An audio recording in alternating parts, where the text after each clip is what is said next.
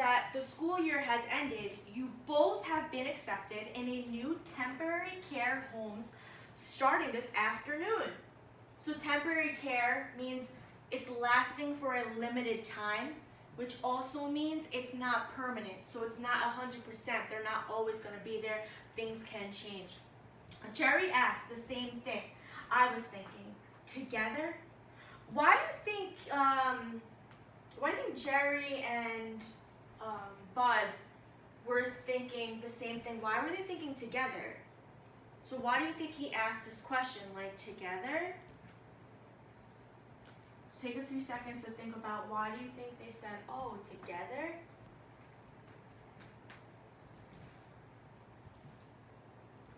Yes, because the caseworker said that they're going to be in temporary homes, so the boys, because they're so innocent and young, they thought like, oh my gosh, like we're gonna be in a house together, we're gonna get to be brothers, and we're gonna be still together even though we have to leave the foster care system. She said, no. She said, why? No, Jerry, you'll be in a family with 3 little girls. All right, so all the boys in here, if you knew that you were going to be in a room with a bunch of 3 little girls, and that was going to be your temporary home, raise your hand and tell me how many of you would not like it. You'd probably be a little bit, you guys probably wouldn't like it.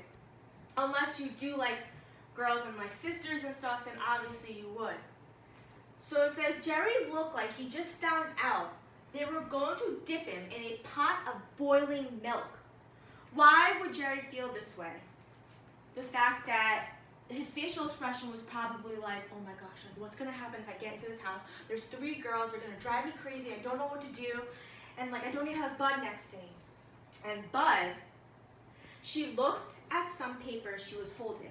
Oh yes, the Amoses, you will be with Mr. and Mrs. Amos and their son, who's 12 years old. That makes him just 2 years older than you, doesn't it, Bud? That means how old is Bud if the caseworker is telling Bud that he is 2 years, so if the caseworker is saying that he's just 2 years older than you and his brother is 12, how old do you think he is? If you do 12 minus 2, my bad. It's 10, so Bud is 10. Yes, ma'am, she said, I'm sure you'll both be very happy. Me and Jerry looked at each other. What do you think these boys were thinking the moment that they looked at each other? So they just found out that Jerry was going to be in a house full of girls, and now Bud was going to be with an older boy, which maybe we don't really know his personality or his characteristics a little bit yet, but we'd probably think that he might be like, ugh, like why do I have to be with an older boy? The woman said, now, boys, no need to look so glum. I know you don't understand what it means. Glum means sad, gloomy, downcast. Make sure you have and you put this word in your target vocabulary when we go over it, the word glum. And there's a depression going on all over this country. People can't find jobs, and these are very, very difficult times for everybody. We've been lucky enough to find 2 wonderful families who've opened their doors to you. I think it's best that we show our new foster families that we're very, she dragged out the word very, waiting for us to finish her sentence for her. Jerry said, cheerful, helpful, and grateful. I'd move my lips and mumble. So Jerry was saying he should feel those things because of what's going on, and what you're going to learn in history class is what's going on in this book. And when you do learn that in social studies, you're going to have a better understanding of why these boys are going through what they're going through, what's going on in history right now, because the things that are going on in this world, that's going to affect us when, we're living. She smiled and said, unfortunately, you won't have time for breakfast. Have a couple of pieces of fruit, put it in a bag. In the meantime, go in the sleep room and strip your beds and gather of all things. So she's basically telling the boys, like, hurry up, you can't have breakfast, get your stuff, let's go. It's out. 1, 2, 3, let's go. Here we go again. I felt like I was walking in my sleep as I followed Jerry back in the room where all the boys' beds were jam-packed together. This was the third foster home I was going to, and I'm used to packing up and leaving, but still it surprised me that there's always a few seconds right after they tell you gotta go when my nose gets runny, and my throat gets all choky, and my eyes get all stingy, but the tears coming out doesn't happen to me anymore. I don't know when it first happened, but it seems like my eyes don't cry anymore. And now this is just food for thought. Just think about it while we're reading. You don't have to answer it. But why would he feel this way? And why did he feel that way? And why doesn't he feel that way anymore? There's something that had to have happened for him to be so emotional when it was time for him to leave. And now he doesn't feel that way anymore.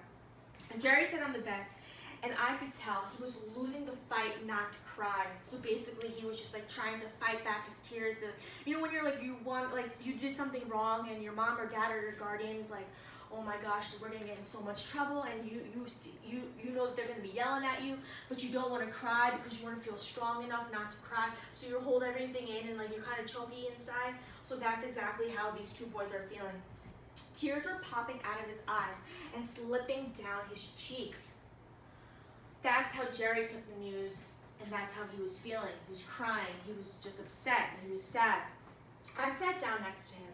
I know being in a house with 3 girls sounds terrible, Jerry, but it's a lot better than being with a boy who's a couple years older than you, and I'm the one who's going to have problems. An older boy is going to want to fight, but those little girls are going to treat you real good. They're going to treat you like some kind of special pet or something. So right here is kind of a pivotal moment where Bud is telling Jerry, it's like, oh, don't worry about it, things will get better. Like, you're actually going to a house where you're gonna get treated like a king. Where I'm going to a house where I feel like I'm gonna be fighting with my foster brother the whole entire time. And this kind of shows you a type of personality that Bud has. So Jerry said, you really think so? I said, I'll trade you in a minute, and the worst thing that's going to happen to you is that they're going to make you play house a lot, and they'll probably make you be the baby and hug you and do this kind of junk to you. I tickled Jerry under his chin and said, gaga goo goo baby wawa. Jerry couldn't help but smile. I said, you're going to be great. Jerry looked like he wasn't so scared anymore, so I went over to my bed and started getting ready. Even though it was me who was in a lot of trouble, I couldn't help but feel sorry for Jerry. Not only because he was going to have to live around 3 girls, but also because being 6 is a real tough age to be. Most folks think that you start to be a real adult when you're 15 or 16 years old, but that's not true. It really starts when you're around 6. So now he's saying at the age of 6, that's when you start being a real adult. So what does that say about Bud when he's saying that, oh, around 6, that's when you become a real adult? It's at 6 that grown folks don't think you're a cute little kid anymore. They talk to you and expect you to understand everything they mean. And you best understand too if you aren't looking for some real trouble, because it's around 6 that grown-ups stop giving you the little swats and taps and jump clean up to giving you slugs that'll knock you right down and have you seeing stars in the middle of the day. So now you know what kind of environment experience that Bud unfortunately has been through. The first foster home I was in taught me that real quick. So then in there, what kind of experience do you think that Bud was having, positive or negative? Yes, negative, obviously, just based on his tone of what was going on, that's what happened. 6 is a bad time too, because that's when real scary things start happening to your body. It's around then that your teeth start coming loose in your mouth. You wake up in one morning and it seems like your tongue is the first one to notice that something strange is going on, because as soon as you get up, there it is pushing and rubbing up against one of your front teeth, and I'll be doggone if this tooth isn't the biggest bit wiggly. So we're going to just stop here for now, and we're going to actually finish this chapter tomorrow. So for right now, can we please get into groups, and we're going to be working on, all you're going to do is question 1, 2, 3, 4, and 5. You're going to be working on questions 1, 2, 3, 4, and 5.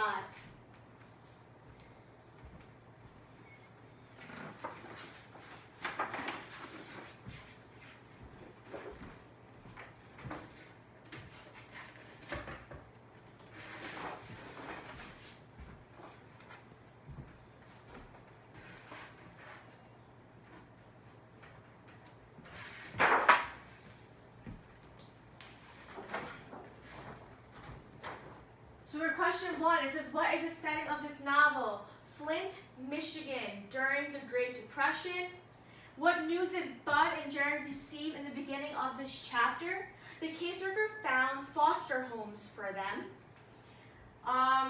The caseworker told the boys not to look so glum. What does glum mean? It means gloomy and sad.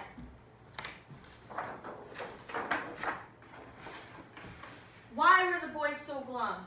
And they were so sad about leaving because they didn't have good experiences in their foster homes. So this one I want to pay a little more attention to. It says, Jerry and I sat on his bed, and I could tell that he was losing the fight not to cry.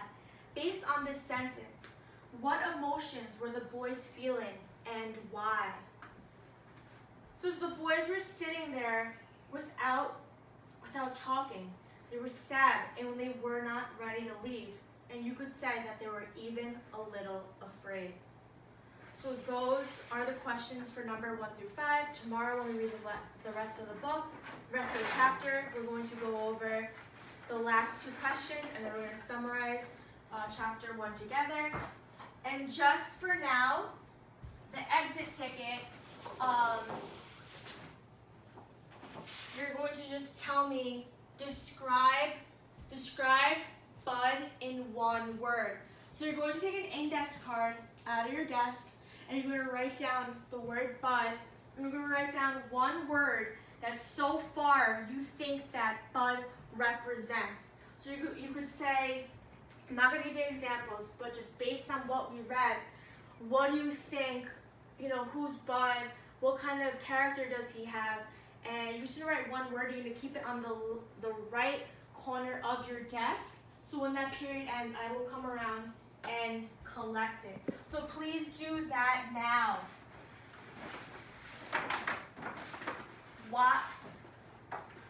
While you are doing that, I'm just going to let you know what tonight's homework will be. So this is what I want you to do, because we didn't finish the chapter. I do want you to start the chapter summary. You're just going to write down what we read in class today. That's going to help me know if you understood what was being said. I'm going to collect it tomorrow morning during a little bit of free time for like 5 minutes. While you're doing that, I will check it to see if you kind of got a grasp of the first few pages of chapter 1. And don't forget that I also want you to work on your vocabulary sheet, the word glum. Obviously, that's going to be your word. So make sure you have both of these worksheets with you, where it says the target word, the definition, synonym, and a picture or a way you can remember what the word means. If I were you, maybe I would draw the 2 boys, Jerry and Bud, on the bed, just sitting there. And then make sure you have the chapter summary. Obviously, we're not doing all of this because we did not finish the chapter, but finish as much as you can, and that's how we're going to do it. So when you are done with the exit ticket, leave it there. Please copy that in your agenda. And if you are done copying that, you can pack up and get ready for your next class and enjoy the rest of your day.